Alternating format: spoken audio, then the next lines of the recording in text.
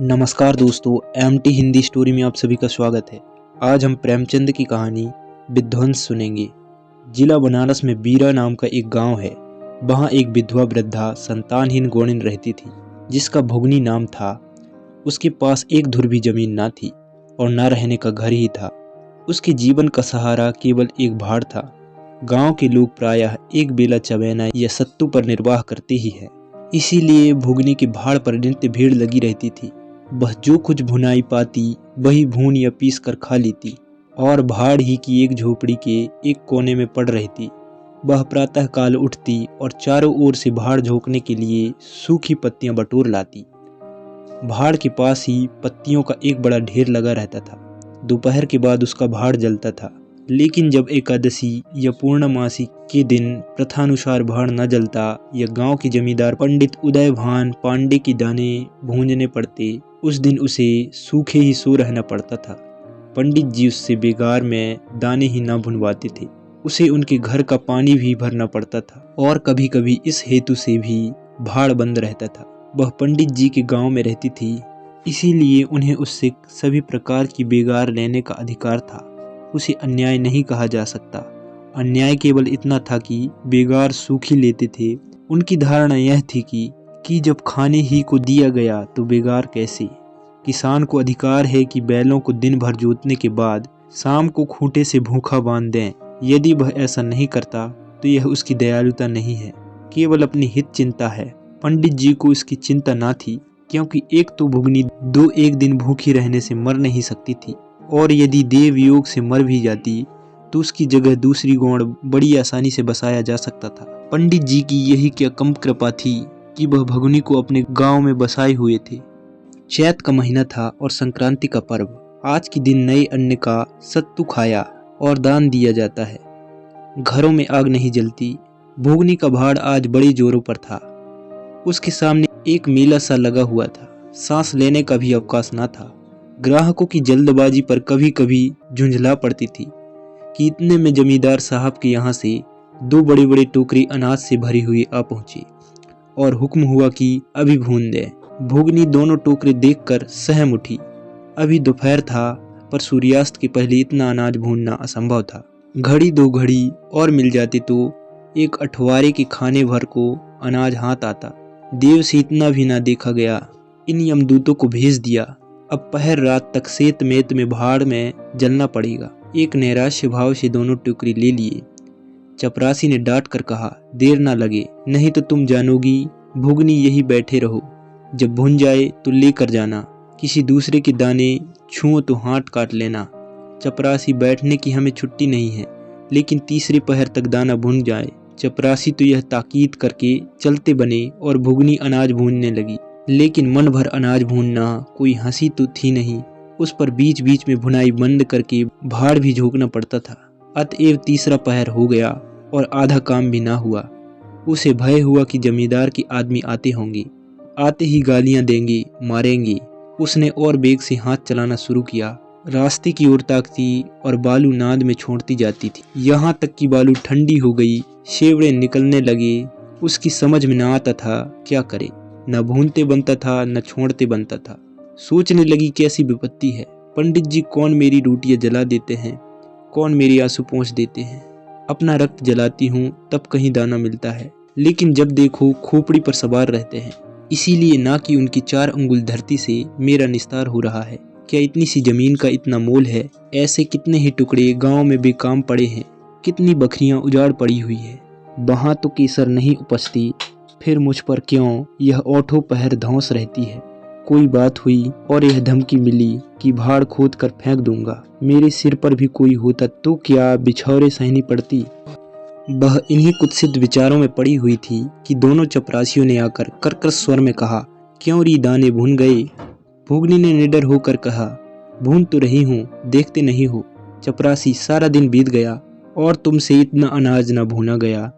यह तो दाना भून रही है कि उसे चौपट कर रही है। यह तो बिल्कुल सेवड़े हैं।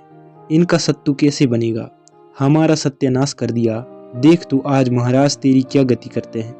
परिणाम यह हुआ कि उसी रात को भाड़ खोद डाला गया और वह अभागिनी विधवा निरावलंब हो गई। भुगनी को अब रोटियों का कोई सहारा न रहा। गांव वालों को भी बाढ़ के विध्वंस हो जाने से बहुत कष्ट होने लगा। कितने ही घरों में दोपहर को दाना ही ना मयस्सर होता। लोगों ने जाकर पंडित जी से कहा कि बुढ़िया को बाहर जलाने की आज्ञा दे दीजिए, लेकिन पंडित जी ने कुछ ध्यान न दिया। वह अपना रौब न हटा सकते थे। बुढ़िया से उसके कुछ शुभचिंतकों ने अनुरोध किया कि जाकर किसी दूसरे गांव में क्यों नहीं बस जाती, लेकिन उसका हृदय इस प्रस्ताव को स्वीकार न करता। इस गांव में उसने अपने आदिन के 50 वर्ष काटे थे। यहाँ के एक एक पेड़ पत्तों से उसे प्रेम हो गया था। जीवन के सुख दुख इसी गांव में भोगे थे। अब अंतिम समय वह इसे कैसे त्याग दे, यह कल्पना ही उसे संकटमय जान पड़ती थी। दूसरे गांव के सुख से यहाँ का दुख भी प्यारा था। इस प्रकार एक पूरा महीना गुजर गया। प्रातः काल था। पंडित उभयभान अपने 2-3 चपरासियों को लिए लगान वसूल करने जा रहे थे। करिंदों पर उन्हें विश्वास न था। नजराने में, डांट बांध में, रसूम में वह किसी अन्य व्यक्ति को शरीक न करते थे। बुढ़िया की भाड़ की ओर ताका तो बदन में आग सी लग गई। उसका पुनरुद्धार हो गया था। बुढ़िया बड़े वेग से उस पर मिट्टी के लौंदे रख रही थी। कदाचित उसने कुछ रात रहते ही काम में हाथ लगा लिया था और सूर्योदय से पहले ही उसे समाप्त कर देना चाहती थी। उसे लेस मात्र भी शंका न थी कि मैं जमींदार के विरुद्ध कोई काम कर रही हूँ। क्रोध इतना चिरजीवी हो सकता है, इसका समाधान भी उसके मन में न था। एक प्रतिभाशाली पुरुष किसी दीन अबला से इतना कीना रख सकता है, उसे उसका ध्यान भी न था। वह स्वभावतः मानव चरित्र को इससे कहीं ऊंचा समझती थी। लेकिन हाँ हतभाग्नि, तूने धूप में ही बाल सफेद किए। सहसा उभयभान ने गरज कर कहा, किसके हुक्म से? भुगनी ने हकबका कर देखा तो सामने जमींदार महोदय खड़े हैं। उदयभान ने फिर पूछा, किसके हुक्म से बना रही है? भुगनी डरती हुई बोली, सब लोग कहने लगे बना लो तो बना रही हूँ, मैं अभी इसे फिर खुदवा डालूंगा। यह कह उन्होंने भाड़ में एक ठोकर मारी। गीली मिट्टी सब कुछ लिए दिए बैठ गई। दूसरी ठोकर नाद पर चलाई, लेकिन बुढ़िया सामने आ गई और ठोकर उसकी कमर पर पड़ी। अब उसे क्रोध आया। कमर सहलाती हुई बोली, महाराज तुम्हें आदमी का डर नहीं है तो भगवान का डर तो होना चाहिए। मुझे इस तरह उजाड़ कर क्या पाओगे? क्या इस 4 अंगुल धरती में सोना निकल आएगा? मैं तुम्हारे ही भले की कहती हूँ, दीन की हाय मत लो, मेरा रोआ दुखी मत करो। उदयभान, अब तो यहाँ फिर भाड़ ना बनाएगी। भुगनी, भाड़ ना बनाऊंगी तो खाऊंगी क्या? उदयभान, तेरे पेट का हमने ठेका नहीं लिया है। भुगनी, टहल तो तुम्हारी करती हूँ, खाने कहाँ जाऊँ? उदयभान, गांव में रहोगी तो टहल करनी पड़ेगी।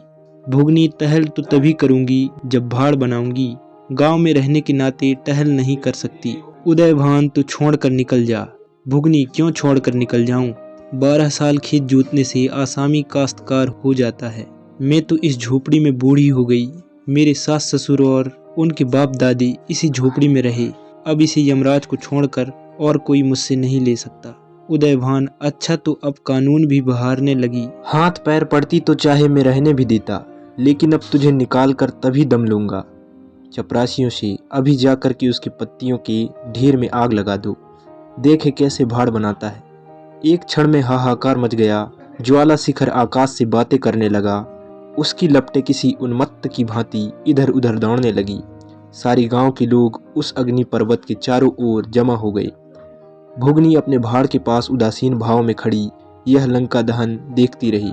अकस्मात वह बेग से आकर उसी अग्निकुंड में कूद पड़ी। लोग चारों तरफ से दौड़े, लेकिन किसी की हिम्मत ना पड़ी कि आग के मुंह में जाए। क्षण मात्र में उसका सूखा हुआ शरीर अग्नि में समाविष्ट हो गया। उसी दम पवन भी बेग से चलने लगा। ऊर्ध्वगामी लपटें पूर्व दिशा की ओर दौड़ने लगी। भाड़ के समीप ही किसान की कई झोपड़ियां थी, वह सब उन्मत्त ज्वालाओं का ग्रास बन गई। इस भांति से प्रोत्साहित होकर लपटें और आगे बढ़ी। सामने पंडित उभयभान की बखार थी, उस पर झपटी। अब गांव में हलचल पड़ी। आग बुझाने की तैयारियां होने लगी, लेकिन पानी की छींटों ने आग पर तेल का काम किया। ज्वालाएं और भड़की और पंडित जी के विशाल भवन को दबोच बैठी। देखते ही देखते वह भवन उस नौका की भांति जो उन्मत्त तरंगों के बीच में झकोरे खा रही हो, और वह क्रंदन ध्वनि जो उसकी भस्माभीष में प्रस्फुटित होने लगी भुगनी के शोकमय विलाप से भी अधिक करुणाकारी थी। दोस्तों, आशा करता हूँ कि ये कहानी आपको अच्छी लगी होगी। अगर कहानी अच्छी लगी है तो लाइक, शेयर और कमेंट कीजिए, और ऐसे ही नई वीडियो के लिए चैनल को सब्सक्राइब कर लीजिए।